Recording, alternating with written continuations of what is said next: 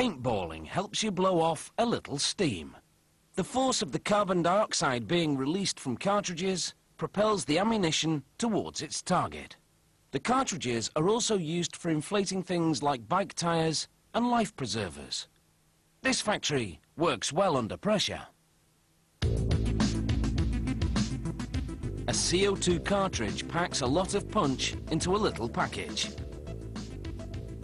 This one can propel dozens of shots. To make one, they unroll some steel and straighten it out. Then, a punch press descends with 110 tons of force, cutting the steel into discs. Simultaneously, a machine moves up from below to shape the discs into cups. The cups move down a vibrating lane. They're delivered to a series of cylindrical punches, each one with a smaller diameter than the last. Each successive punch lengthens and narrows the cups, as nozzles flush them with lubricant. The process is called redrawing, and at the end of it, the cups look more like test tubes.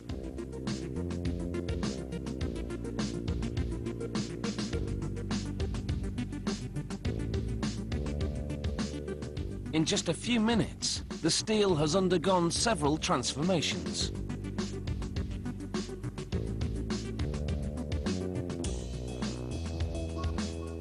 To continue shaping the tubes, they heat the ends by dropping them through an induction coil.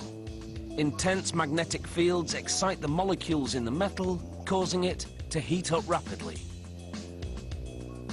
This machine is called a necker. As it revolves, it delivers the tubes to a series of dies that pinch their ends. With each pinch, the ends get progressively smaller.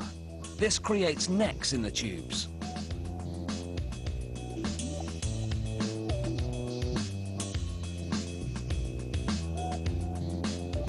As the diameter of the neck narrows, the tube takes the shape of a bottle. Now, each cartridge goes on a lathe. A cutting tool plunge cuts the neck to shorten it. Then it carves out a lip.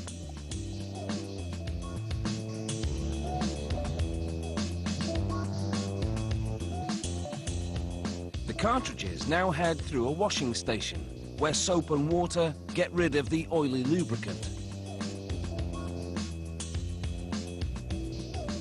A trip under some gas burners dries them off, and they head to the filling station.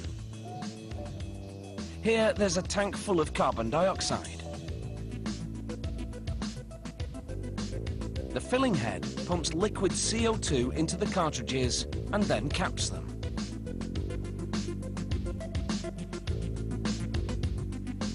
The gaseous form of CO2 in the cartridges is under great pressure. Releasing even just a little through a gun will be enough to propel things like pellets and paintballs.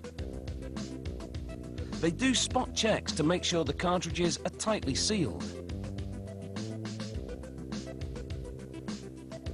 Now it's on to the next station, where they'll be made to look shiny and new.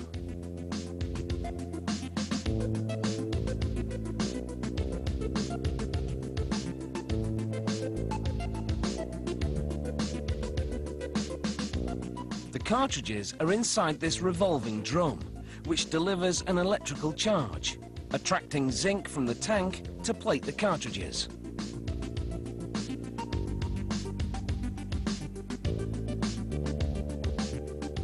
The smooth zinc plating doesn't just look good, it's a better surface to print information on.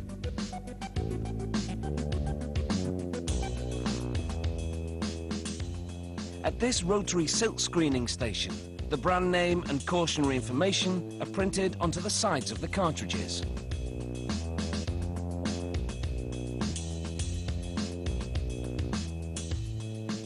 A quick bake under an ultraviolet light cures the ink. And these CO2 cartridges are now ready to demonstrate the power of compression. You sure that's a paintball gun? Always check, and don't do this at home, kids.